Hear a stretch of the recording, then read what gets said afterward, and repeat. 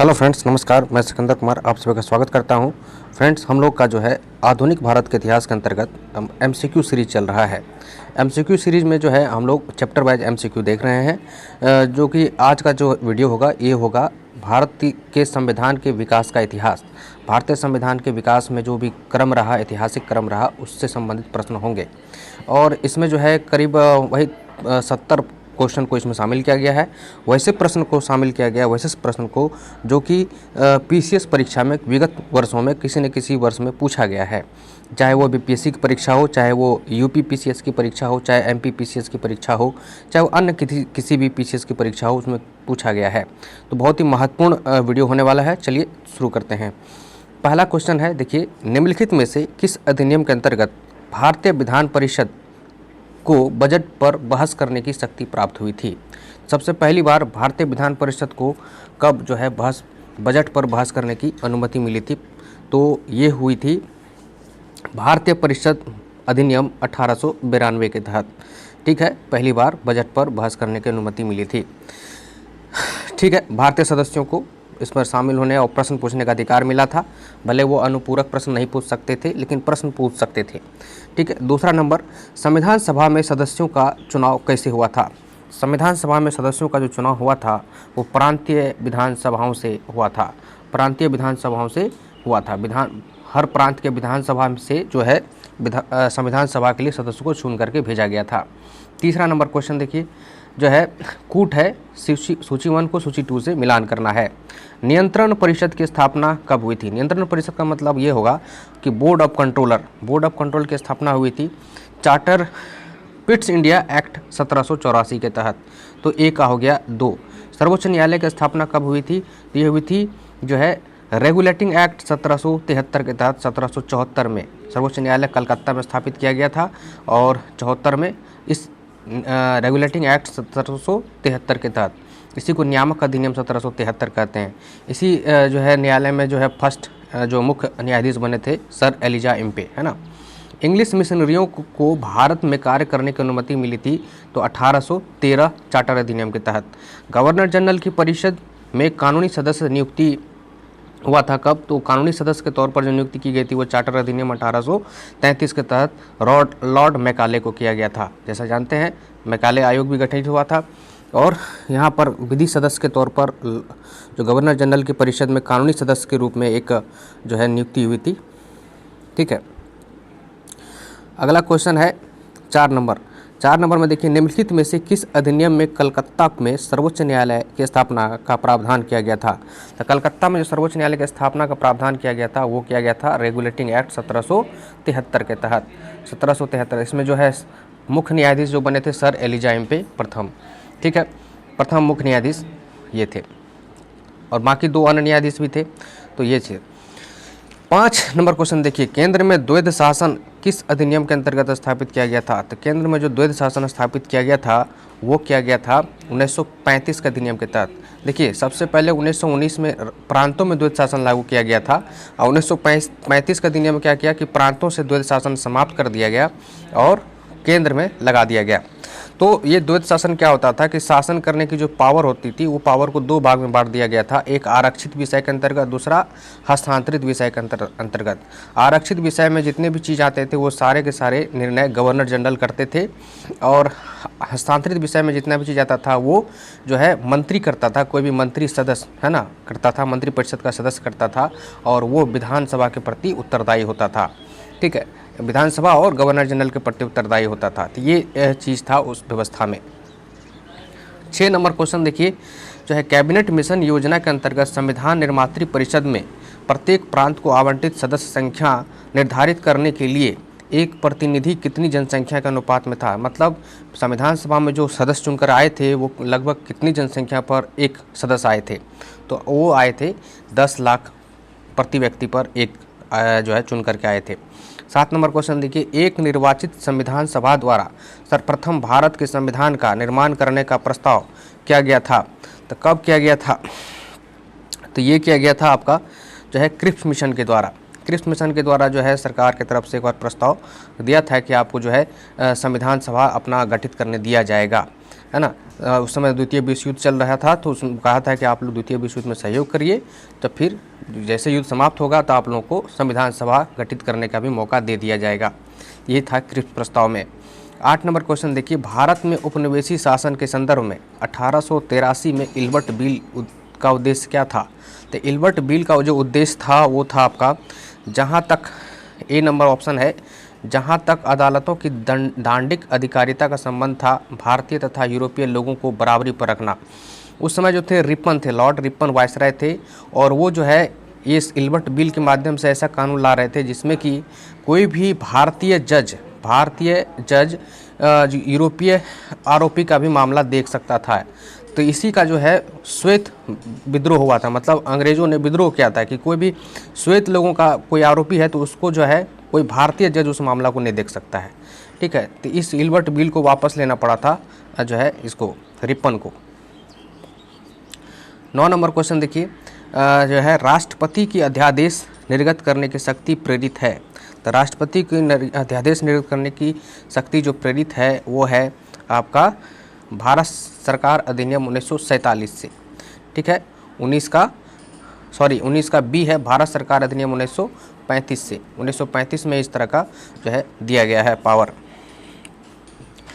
जो है 10 नंबर, भारतीय विधान पालिका प्रथम बार द्विसदनीय बनाई गई। जो भारतीय विधान पालिका जो कि अभी संसद के रूप में खड़ा है, तो ये संसद में जो 2 सदन है, राज्यसभा लोकसभा, तो ये 2 सदन कब बना था? तो ये 2 सदन की जो व्यवस्था की गई थी 1919 के भारत सरकार अधिनियम के तहत, है ना, 1919 के भारत सरकार अधिनियम के तहत। 11 नंबर क्वेश्चन देखिए, 1919 के भारत शासन अधिनियम की निम्नलिखित में से कौन सी प्रमुख विशेषताएं हैं? तो इसमें विशेषताओं में देखिए, प्रांतों की कार्यकारिणी सरकार में द्वैध शासन की व्यवस्था, ये बिल्कुल सही है। 1919 में प्रांतों में द्वैध शासन लगाया गया था, भले 35 में जाकर के इसको ख़त्म कर दिया था प्रांतों में द्वैध शासन। फिर दूसरा है मुसलमानों के लिए पृथक सांप्रदायिक निर्वाचन मंडलों की व्यवस्था, नहीं, ये तो 1909 के अधिनियम में किया गया था, ये गलत हो गया। तीसरा है केंद्र द्वारा प्रांतों को विधायनी शक्ति का हस्तांतरण, तो ये जो है आपका आंसर हो जाएगा 1 और 3, ये 3 भी सही है, तो ये हो गया आपका 1 और 3। 12 नंबर क्वेश्चन है, भारत परिषद की समाप्ति किसके द्वारा हुई थी? भारत परिषद मतलब इंडियन काउंसिल में जो होते थे भारत के राज्य सचिव के पद पर धारण करते थे, जो कि जो है ब्रिटिश कैबिनेट का एक मेंबर हुआ करता था, भारत मंत्री। तो उस पद का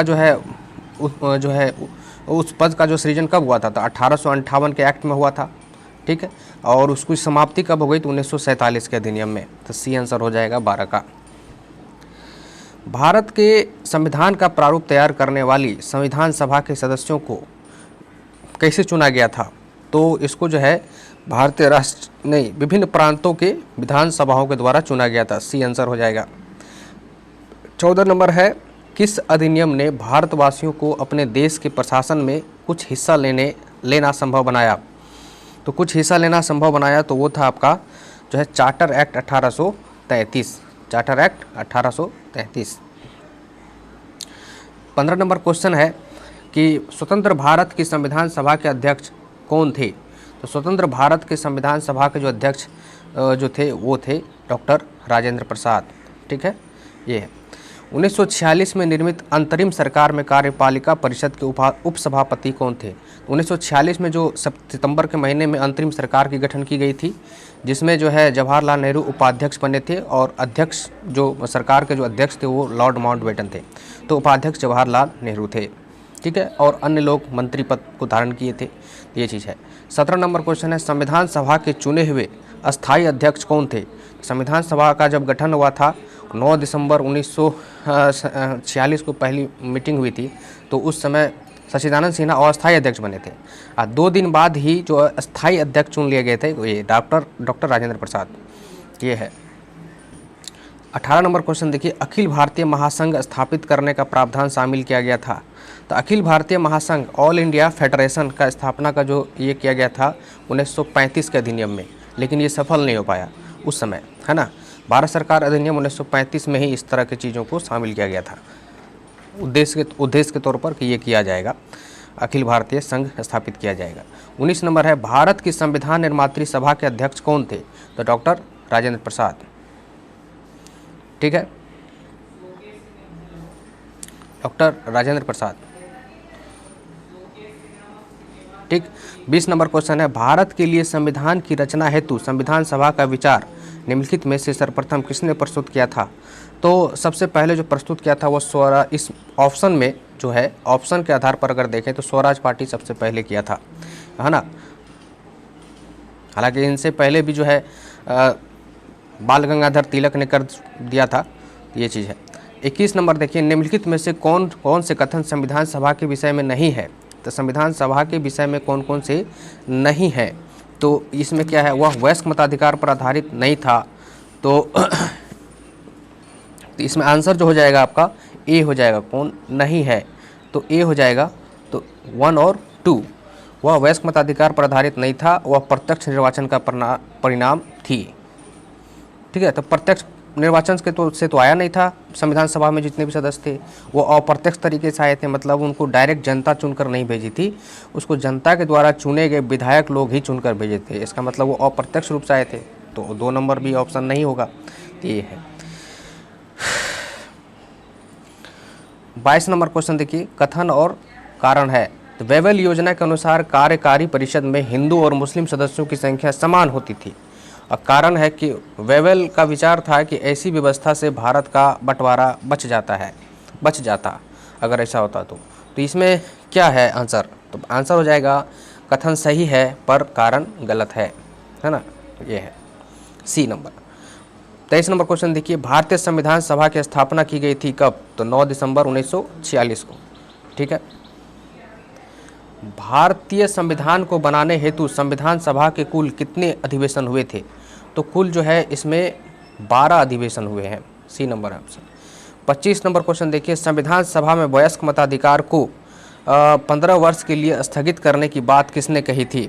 तो ये कही थी मौलाना आज़ाद ने, है ना, मौलाना अबुल कलाम आज़ाद ने। ठीक है, 26 नंबर क्वेश्चन है, 1935 के अधिनियम द्वारा स्थापित संघ में अवशेष शक्तियां किसको दी गई थी? तो 1935 के अधिनियम में जो है ये कहा गया था, एक व्यवस्था कि जो है पावर को, जितने भी शक्ति है उसको विषय में बांट देना। तो 3 विषय का बंटवारा किया गया था, संघ सूची, प्रांत सूची और समवर्ती सूची। तो ठीक है, तो केंद्र के पावर में जो रहा वो संघ सूची का विषय, और प्रांत सूची में जो है राज्यों को दिया गया, प्रांतों को दिया गया, और समवर्ती सूची में दोनों को, है ना, वैसे विषय को रखा गया जिसमें दोनों को पावर हो, केंद्र और राज्य दोनों को।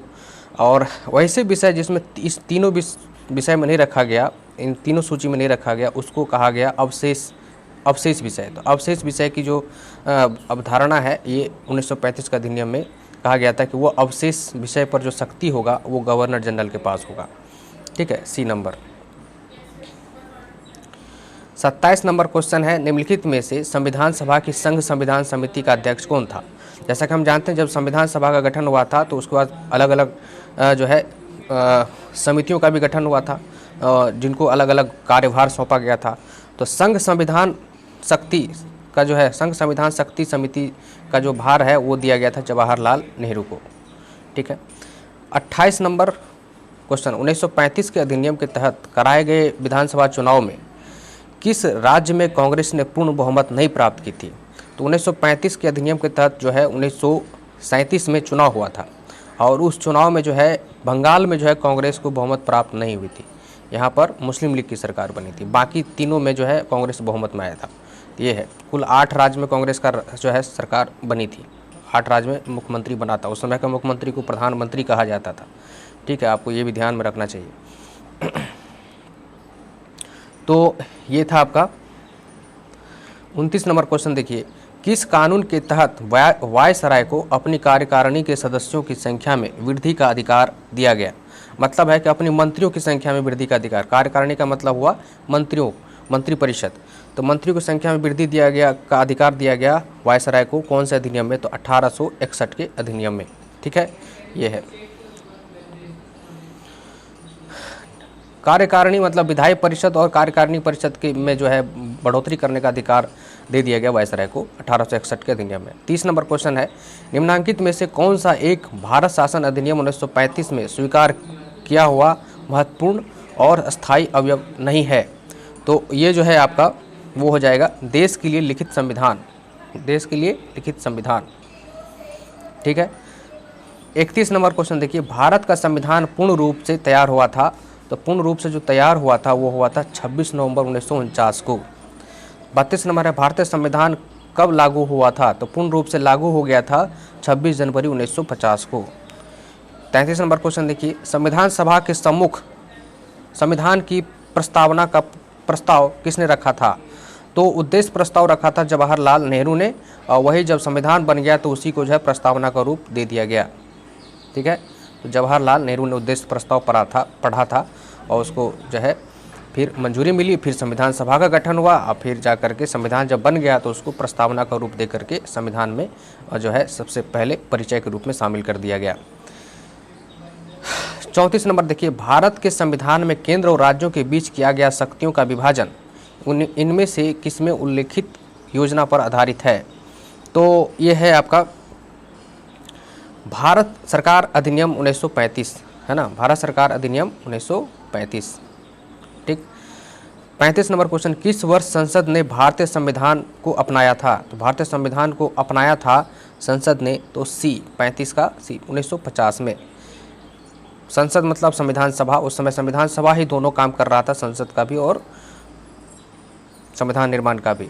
36 नंबर क्वेश्चन है, 1946 के चुनाव के पश्चात मुस्लिम लीग ने किस प्रांत में अपनी सरकार बनाई थी, तो मुस्लिम लीग ने 1946 के चुनाव, 46 में भी चुनाव हुआ था, है ना, तो 46 के जो प्रांतों में चुनाव हुआ था, तो इसमें मुस्लिम लीग ने किस प्रांत में अपनी सरकार बनाई थी, तो ये जो है आपका बंगाल में, इसमें भी बंगाल में सरकार बनाने में ये कामयाब हो गया था। ठीक है, उसमें बांग्लादेश इसमें शामिल था इसीलिए। 37 नंबर, निम्नलिखित में से किसने सुझाव दिया था कि भारत की स्वतंत्रता के बाद भारतीय राष्ट्रीय कांग्रेस को एक राजनीतिक दल के रूप में भंग कर दिया जाना चाहिए, तो ये सुझाव दिया था महात्मा गांधी ने, कहा था कि आज़ादी मिलने के बाद कांग्रेस को भंग कर देना चाहिए। 38 नंबर क्वेश्चन है, निम्नलिखित कथनों पर विचार कीजिए। पहला है, तृतीय गोलमेज सम्मेलन के विचार विमर्श की परिणति भारत सरकार अधिनियम 1935 के पारित होने के रूप में हुई। ठीक है, बिल्कुल सही। ठीक। 2 नंबर है, भारत सरकार अधिनियम 1935 ने ब्रिटिश भारत के सूबों और भारतीय रियासतों के एक संघ पर आधारित ऑल इंडिया फेडरेशन के गठन का उपबंध किया। ऑल इंडिया फेडरेशन का जो है व्यवस्था का किया गया, उद्देश्य रखा गया ऑल इंडिया फेडरेशन बनाया जाएगा पूरे भारत को। तो 1935, ये भी 2 भी सही है, 1 भी सही है, तो दोनों सही है ना, 1 और 2 सी आंसर हो जाएगा। नेक्स्ट क्वेश्चन देखिए 39, निम्नलिखित कथनों पर विचार कीजिए। तो भारत की संविधान सभा ने राष्ट्रीय ध्वज का प्रारूप 22 जुलाई 1947 को अपनाया, बिल्कुल सही है, ये बात सही है। दूसरा है, राष्ट्र ध्वज के बीच चक्र में 21 तीलियां हैं, नहीं, 39 का ओनली बी आंसर होगा, ये गलत हो जाएगा, तो ओनली बी मतलब ओनली 1 आंसर सही है। जैसे राष्ट्र ध्वज की चौड़ाई लंबाई का अनुपात 3:4 दिया है, नहीं 3:2 ही होता है, तो ये गलत है, यही चीज़ है। तिल्ली भी 21 दिया है, 24 होता है, तो ये है। नेक्स्ट क्वेश्चन देखिए 40 नंबर, कथन है भारत का संविधान देश की आवश्यकताओं की पूर्ति करता है और कारण है इसको एक ग्रहित संविधान कहा जाता है, तो 40 नंबर का आंसर हो जाएगा आपका बी, है ना। बी मतलब ए और आर दोनों सत्य है, परंतु आर ए का सही स्पष्टीकरण नहीं है। ठीक। 41 नंबर है, डॉक्टर बी.आर. अम्बेडकर की अध्यक्षता में संविधान सभा की प्रारूप समिति में कितने अन्य सदस्य थे, तो प्रारूप समिति में कुल 7 सदस्य थे अम्बेडकर को लगा करके, तो अम्बेडकर को छोड़कर पूछ रहा है तो 6 सदस्य थे, है ना, ये है। नेक्स्ट क्वेश्चन देखिए, भारतीय संविधान सभा की प्रारूप समिति का अध्यक्ष कौन था, तो डॉक्टर अम्बेडकर थे। ठीक। 43 नंबर, 1937 के चुनाव के पश्चात यूपी में गठित मंत्रिमंडल में किसको वित्त विभाग दिया गया था, तो रफ़ी अहमद किदवई को, यह यूपी से संबंधित सवाल है, ये है। 44 नंबर देखिए, संविधान सभा ने डॉक्टर बी.आर. अम्बेडकर की अध्यक्षता में प्रारूप समिति का गठन कब किया था, तो ये किया था 29 अगस्त 1947 को प्रारूप समिति का गठन हुआ था अम्बेडकर की अध्यक्षता में, तो ये है। 45 नंबर देखिए, निम्नलिखित में से किस अधिनियम ने संवैधानिक निरंकुशता के सिद्धांत का अनुमोदन किया, तो ये किया था आपका 1935 का अधिनियम। ठीक है, 1935 का अधिनियम। 46 नंबर क्वेश्चन देखिए, संविधान सभा की प्रांतीय संविधान समिति का अध्यक्ष कौन था, तो ये एक समिति था प्रांतीय संविधान समिति, तो उसके अध्यक्ष कौन थे, उसके अध्यक्ष थे सरदार पटेल। ठीक है, डी आंसर। 47 नंबर देखिए, डॉक्टर भीमराव अंबेडकर का जन्म और मृत्यु कब हुआ था? तो इनका जन्म 1891 में हुआ था, मृत्यु 1956 में हो गया था। तो ये बी आंसर हो गया। 48 नंबर देखिए, किस वर्ष में जन गण मन को भारत के राष्ट्रगान के रूप में अपनाया गया था? तो जन गण मन को जो अपनाया गया था वो अपनाया गया था 1950 में। ठीक है, 24 जनवरी 1950 को ये। 49 नंबर देखिए, संविधान पांडुलेखन समिति के निम्न में से कौन सदस्य नहीं थे? पांडुलेखन समिति का मतलब होता है प्रारूप समिति, है ना। प्रारूप समिति को ही पांडुलेखन समिति भी कहा जाता है। तो इसमें से कौन सदस्य नहीं थे? तो इसमें जो है मोहम्मद सादुल्ला थे, के.एम. मुंशी थे, ए.के. अय्यर थे, जवाहरलाल नेहरू नहीं थे, है ना। 7 सदस्य कुल था इसमें, तो 7 में से जवाहरलाल नेहरू नहीं थे। ठीक है। 50 भारतीय संविधान को अपनाया गया किसके द्वारा? तो संविधान सभा के द्वारा अपनाया गया, संविधान सभा के द्वारा जो है एक्सेप्ट किया गया। ये है।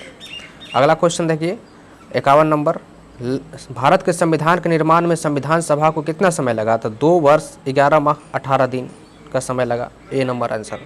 52 नंबर क्वेश्चन देखिए, भारत शासन द्वारा राजकीय चिन्ह मतलब राष्ट्रीय चिन्ह अशोक स्तंभ का जो चिन्ह है वो कब से अंगीकृत किया गया?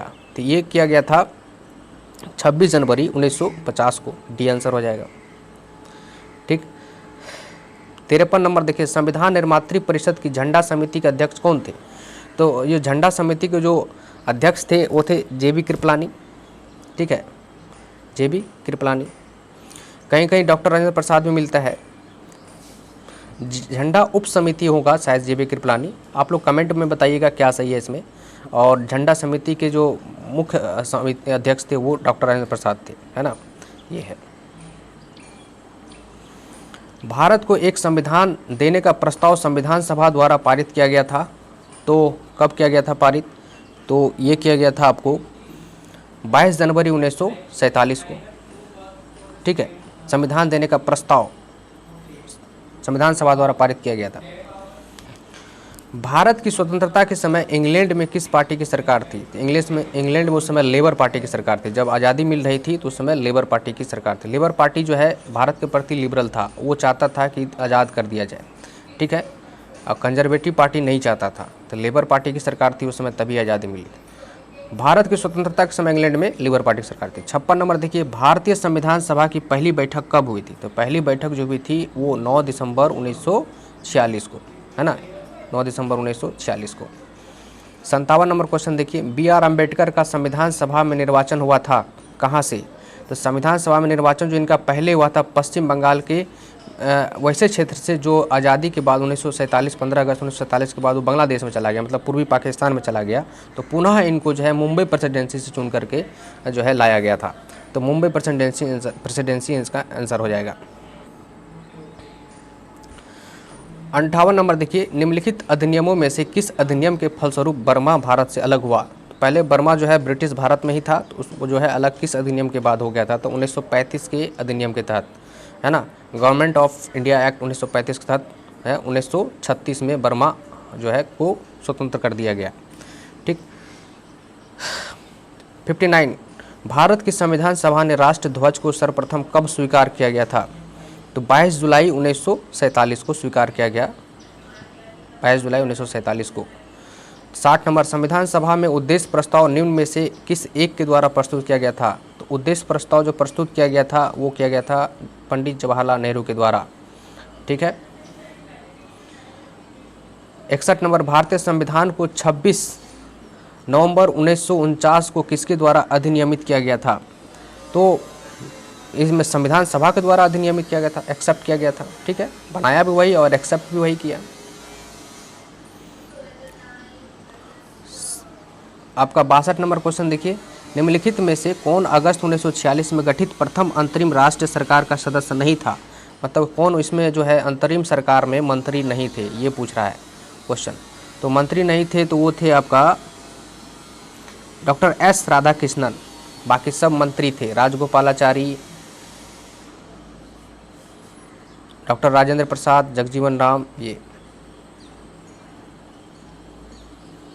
63 नंबर क्वेश्चन देखिए, निम्नलिखित में से किस एक अधिनियम द्वारा भारत में संघीय न्यायालय की स्थापना की गई थी? तो 1935 के अधिनियम के द्वारा संघीय न्यायालय की स्थापना 1937 में की गई थी, जो कि अभी सुप्रीम कोर्ट के नाम से जाना जाता है दिल्ली में। तो वो ऑप्शन ही नहीं दिया 1935, तो इसमें से कोई नहीं, डी आंसर हो जाएगा उपयुक्त में से कोई नहीं। 64 नंबर क्वेश्चन है, संविधान सभा के संवैधानिक सलाहकार कौन थे? तो sir B N Rao, sir B N Rao. Bharat में स्वतंत्रता के पश्चात प्रथम मंत्रिमंडल का कानून मंत्री कौन था? तो कानून जो है स्वतंत्रता के बाद जो मंत्रिमंडल बना था उसमें से कानून मंत्री कौन थे? तो वो थे बी आर अम्बेडकर।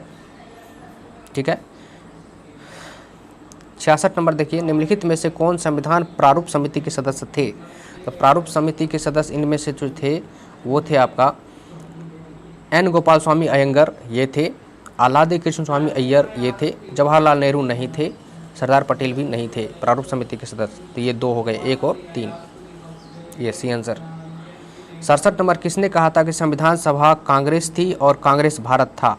मतलब संविधान सभा पूरी की पूरी कांग्रेस से भरी थी, ये इनका कहने का मतलब था। आलोचना किया था कि जो है ऑस्टिन ने कहा था। ठीक है, ऑस्टिन ने। 68 नंबर है, भारतीय इतिहास के संदर्भ में प्रांतों से संविधान सभा के सदस्य जो है, प्रांतों से संविधान सभा के सदस्य कैसे आए थे? तो ये आए थे प्रांतीय विधानसभा के द्वारा निर्वाचित होकर, है ना, अप्रत्यक्ष रूप से निर्वाचित होकर के आए थे। विधानसभा के सदस्यों के द्वारा हर प्रत्येक प्रांत से चुन करके भेजा गया था संविधान सभा में सदस्यों को। ये है। 69 नंबर क्वेश्चन है, ये है आपका, निम्नलिखित में से संविधान सभा के बारे में गलत कथन कौन सा है? तो इसमें जो है आपका गलत कथन जो है ये है, इसका निर्वाचन सार्वभौम वयस्क मताधिकार के आधार पर किया गया था, ये गलत है। सार्वभौम वयस्क मताधिकार का मतलब होता है कि सभी को वयस्क मताधिकार था, नहीं, मात्र 10% लोगों को ही मताधिकार था उस समय।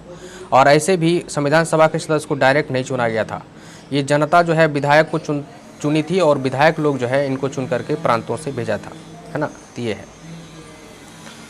70 नंबर क्वेश्चन देखते हैं, सूची 1 सूची 2 को मिलान करना है। तो इसमें है संविधान सभा के पहले उपाध्यक्ष कौन थे? तो एच.सी. मुखर्जी। अध्यक्ष तो जानते हैं डॉक्टर राजेंद्र प्रसाद, तो उपाध्यक्ष कौन थे? तो एच.सी. मुखर्जी थे। प्रारूप समिति के मूलतः एकमात्र कांग्रेसी सदस्य कौन थे? तो वो थे के.एम. मुंशी। बाकी सब 6 सदस्य जो थे कांग्रेस से बिलोंग नहीं करते थे। ये भी एक बहुत अच्छा प्रश्न है। राजस्थान की रियासतों का प्रतिनिधित्व करने वाले संविधान सभा के सदस्य कौन थे? तो जो राजस्थान के तरफ से जो राजे रजवाड़े का जितने भी की तरफ से प्रतिनिधित्व कौन कर रहा था संविधान सभा में, तो वो कर रहा था वी.टी. कृष्णामाचारी। और संघ संविधान समिति के अध्यक्ष कौन थे? तो जवाहरलाल नेहरू। ये मिल गया आपको। 71 नंबर, रेड क्लिफ समिति किस लिए नियुक्त की गई थी? तो रेड क्लिफ समिति जो है भारत पाकिस्तान के बीच सीमाओं को निर्धारण करने के लिए जो है नियुक्त की गई थी, है ना, सी नंबर। जब विभाजन हो रहा था तो उस समय सीमा जो है का निर्धारण करने के लिए रेड क्लिफ समिति गठित की गई थी माउंटबेटन के द्वारा। 72 नंबर है, भारतीय संविधान सभा में कुल कितनी महिलाएं सदस्य थी? महिला सदस्य कितनी थी संविधान सभा में? तो 15। 73 नंबर क्वेश्चन देखिए, संविधान सभा में भारतीय संविधान का तृतीय वाचन कब प्रारंभ हुआ था? 3 वाचन में जो है ये संपन्न हुआ था। तो 3 वाचन में जो है तृतीय वाचन शुरुआत हुआ था आपको 14 नवंबर 1949 को, 73 का ए। ठीक है। और अंतिम में जो है जाकर के अधिनियमित कर लिया गया 26 नवंबर को, 26 नवंबर 1949 को इसको अधिनियमित कर लिया गया। 74 नंबर, भारत संविधान अंगीकृत एवं अधिनियमित हुआ था कब? तो 26 नवंबर 1949 को, सी नंबर। 75 नंबर देखिए, भारत का संघीय न्यायालय निम्नलिखित में से किस वर्ष में स्थापित किया गया था? तो संघीय न्यायालय यह स्थापित किया गया था 1937 में, 1935 के भारत सरकार अधिनियम के तहत, है ना, जो कि यही संघीय न्यायालय बाद में दिल्ली में जो सुप्रीम कोर्ट है वही उसी का रूप है, वही संघीय न्यायालय सुप्रीम कोर्ट का रूप ले लिया गया। नेक्स्ट है 76 नंबर, भारतीय इतिहास के संदर्भ में द्वैध शासन, जिसको डायरकी कहते हैं, द्वैध शासन का सिद्धांत किसे निर्दिष्ट करता है? तो द्वैध शासन का सिद्धांत ये निर्दिष्ट करता है जो है आपका डी, प्रांतों में प्रत्यायुक्त विषयों का 2 प्रवर्गों में विभाजन। मतलब ये है कि जो है प्रांत में जो है 2 शक्तियों को 2 तरह से विभाजित कर देना। एक शक्ति का नाम रखा गया आरक्षित विषय का शक्ति और दूसरा हस्तांतरित विषय का शक्ति। आरक्षित विषय से संबंधित जो था, जो भी निर्णय डायरेक्ट गवर्नर लेते थे, प्रांतों के गवर्नर, और हस्तांतरित विषय पर जो है की शक्ति के अंतर्गत मंत्री, जो गवर्नर के अंदर मंत्री होता था वो मंत्री करता था और वो विधानसभा में जवाबदेह भी होता था, उसको जवाब भी देना पड़ता था। तो ये है आरक्षित और हस्तांतरित विषय। तो आज के वीडियो में बस इतना ही। नेक्स्ट वीडियो में हम लोग नेक्स्ट चैप्टर का MCQ लेकर के आएंगे आधुनिक भारत के इतिहास के अंतर्गत। तब तक के लिए थैंक यू, धन्यवाद।